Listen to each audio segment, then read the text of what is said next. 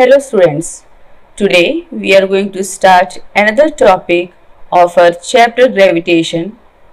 The objective of today's topic is to study about satellites and orbital velocity, under which we are going to discuss about satellites, types of satellites, orbital velocity and weightlessness. So first of all, we are going to study about satellites. Satellite is an object moving constantly around a planet in a closed and stable orbit. Satellites are broadly classified into natural satellite and artificial satellite. Natural satellite is created by nature, whereas artificial satellite is created by man. An artificial body placed in orbit around the Earth or another planet in order to collect information or for communication is called an artificial satellite.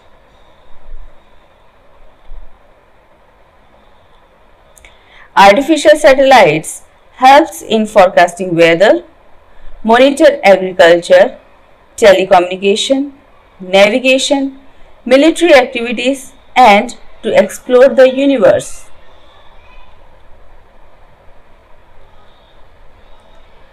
Artificial satellites are further classified under polar and geostationary satellite. As the name suggests, polar satellites which revolves around the poles of the earth, whereas geostationary, geo means earth and stationary means rest. Let's study in detail about these two types of satellites. Geostationary satellite. A satellite which revolves around the earth in equatorial plane in the same direction means anti-clockwise direction with the same angular speed as that of the earth about its own axis is called geostationary satellite or geosynchronous satellite. You can see here the angular velocity of satellite is just equal to the angular velocity of the rotation of the earth about its axis. So it appears stationary to particular location of the earth. Such type of satellites are used for communication purposes. Now what are the conditions for a satellite to be geostationary? Number 1, it should rotate in the equatorial plane, and number 2, angular velocity of earth must be equal to the angular velocity of satellite. It means that the satellite should have a time period of 24 hours and should rotate in the direction of Earth's rotation from west to east. Next is polar satellite. Polar orbit is one in which satellite passes above or nearly above the both poles of the Earth on each revolution, and the satellite following such orbit is called polar satellite. It therefore has an inclination of 90 degrees to the bodies of equator. Here bodies means Earth. So here you can see that how this polar satellite scans whole Earth after each rotation. A polar satellite orbits in a north-south direction as the Earth spins below it in the east-west direction. As a result, the satellite scans the entire surface of the Earth. So, a geostationary satellite follows a geostationary orbit, that is a circular geosynchronous orbit directly above the Earth's equator with an orbital period equal to the Earth's rotation period, that is of 24 hours. Whereas, a polar satellite follows a polar orbit, that is an orbit passing above both Earth poles on each revolution. So this is the difference between geostationary satellite and polar satellite. Next is parking orbit. A parking orbit is a temporary orbit used during the launch of a satellite or other space probe. A launch vehicle boosts into the parking orbit, then coasts for a while, then fires again to enter the final desired trajectory. So when satellite is not in use, it is in parking orbit, and when it has to reach another trajectory, or trajectory means path, then again it has some vehicle which boosts its speed and it then reaches to the further trajectory. So this particular orbit, is called parking orbit. A parking orbit is a geostationary orbital position or moving orbital trajectory which a satellite inhabits when it is not doing its job. That's why this orbit is called parking orbit. Next is weightlessness in a satellite. Weightlessness means a situation by which a person feels that he is not attracted by any gravitational force. They are weightless because there is no external contact force pushing or pulling upon their bodies. Let's discuss this thing in detail. See, Earth's gravity pulls objects downward towards the surface. An orbiting spacecraft moves at the right speed so the curve of its fall matches the curve of Earth. Because of this, the spacecraft keeps falling toward the ground but never hits it. As a result, they fall around the planet. So it continuously a freely falling body which continuously moves around the Earth. Astronauts orbiting Earth in a spacecraft feel weightless in space because they are in a constant free fall around the Earth. And this force of attraction is given by the Earth's gravitational force, which provides the essential centripetal force to the satellite. And we know that if a body is freely falling, then weight is equal to normal reaction, which means that mg minus g, which is further equivalent to 0. So thus weight becomes 0 for a freely falling body, which is the same case for the astronauts. Now, uses of artificial satellite. Artificial satellites are used to communicate data back to Earth.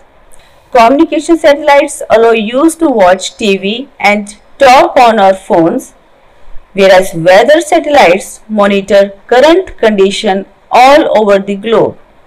We have some scientific satellites also which helps to gather information for NASA and other scientific organizations. On the other hand, navigational satellites help planes and ships know where to go. And in the last, we have some military satellites also which give top secret information. The next very important topic is orbital velocity. Actually, orbital velocity is the velocity with which a satellite revolves in its closed orbit. So it is the velocity with which a satellite revolves around the Earth. Consider a satellite of mass small m revolving around the Earth in a closed orbit of radius r. So this r is the distance of this satellite from the center of the Earth. Its orbital velocity is v. The necessary centripetal force is provided by the gravitational force. So here we have to underline it that centripetal force is provided by the gravitational force of attraction between Earth and the satellite. Let the mass of Earth be capital M and its radius is capital R. So h is the height of the satellite above the Earth's surface. So this distance only is h. It means that r is equal to, or small r is equal to capital R plus h. Now from this equation that centripetal force is equal to gravitational force, we can equate both the values, as we know that mv square upon r is the formula for centripetal force, whereas gmm upon r square is the formula for gravitational force. On equating these two equations, we'll get the value of v square, which is equal to gm upon r, or v is equal to under root gm divided by capital R plus h, where we have put the value of small r is equal to r plus h in this equation, right? Also, we know that gm is equal to gr square, which is the relationship between universal gravitational constant and acceleration due to gravity. Putting this value of gm in the above equation, we get v square is equal to gr square divided by r plus h, or v is equal to under root gr square divided by r plus h. If the satellite moves close to the earth, h is negligible, then v is equal to under root gm upon r. As gm is equal to gr square, we'll put here gr square, and that r and 1r get cancelled, and we are left with under root gr. If you remember, this is equation which is a little bit similar to the equation of escape velocity, that is under root 2gr. This orbit is called minimum v orbit, and the corresponding velocity is called first cosmic velocity. V is equal to under root gr. Put the value of g and r in this equation, we get that 7.92 km per second, which is the orbital velocity of a satellite which revolves close to the surface of Earth. Or you can say that this is the minimum orbital velocity required by a satellite to revolve around the Earth. Now, time period of a satellite. Time taken by this satellite to complete one rotation around the Earth. So, time period is capital T, which is equal to v, which is velocity, is equal to 2 pi r upon t, from the formula distance upon time. Here it is a circle, so we have the distance 2 pi r, which is equivalent to the circumference of circle divided by time period. After cross multiplying it, t is equal to 2 pi by v, but we know that v is equal to under root gm upon r. So, t is equal to 2 pi r under root gm upon r. Or we can write this equation in 2 pi r under root r by gm. If we take r inside the square root, it will become 2 pi r under root r cube by gm. T is equal to 2 pi under root r plus h divided by gm and r plus h whole cube, where r plus h is equal to small r. Again, for minimum orbit, we can neglect h. So, r is equal to, approximately equal to the radius of Earth. So, from this equation, we can neglect this h. The equation will become t is equal to 2 pi r under root r cube by gm. But again, gm is equal to gr square. Put this value here, t is equal to 2 pi under root r cube divided by gr square. After solving it, we get t is equal to 2 pi under root capital R upon g. Next is height of a satellite from the Earth's surface. As we know, time period of a satellite around the Earth is given by t is equal to 2 pi under root r cube by gm, or 2 pi under root r cube by gr square, because gm is equal to gr square, right? Now, squaring both sides, t square is equal to 4 pi square multiplied by r cube divided by gr square. From here we can get r cube is equal to t square divided by 4 pi square multiplied by gr square, or r is equal to gr square t square divided by 4 pi square whole cube root. But again, r is equal to r plus h. This time we are not going to neglect h, because we have to find this height. This altitude is actually h. So, we have to find the height of a satellite above the Earth's surface. So, we are not going to neglect it. Height of the satellite above the surface of the earth is h is equal to gr square t square divided by 4 pi square whole cube root minus r. We are taking this value from this equation. R value is this one, and taking capital R on another side, we will get the value of h. So this is height of the satellite. Next is the relationship between escape velocity and orbital velocity. We know that escape velocity is equal to under root 2gr, whereas orbital velocity for minimum orbit v naught is equal to under root gr, which gives us the relation escape velocity is equal to under root 2 multiplied by orbital velocity. So this is one of the important formula or relationship between escape velocity and orbital velocity. Now let's solve an example. What is the orbital velocity of an artificial satellite revolving around the earth at a height 100 km? So we are given with radius of the earth and acceleration due to gravity, and we have to find orbital velocity. Now solution is orbital velocity is equal to under root gr square divided by r plus h, because here height is 100 km, which can't be ignored.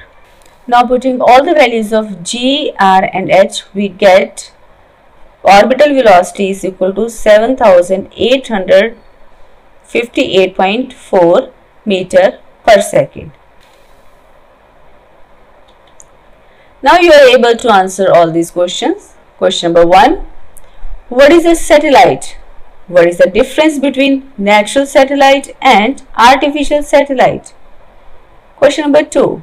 Derive an expression for the time period of a geostationary satellite. Next one is, what are the conditions for a satellite to be stationary? Question number 4. What is the parking orbit? Why is it called so? Where rockets are launched from west to east in the equatorial plane. Next is, find the orbital velocity of an artificial satellite of the earth in an orbit close to the earth. And last one is a numerical. An artificial satellite circles around the earth at a distance of 3400 km. Calculate the orbital velocity given the radius of the earth is 6400 km and value of g, that is acceleration due to gravity, is 9.8 meter per second square. That's the end of the topic.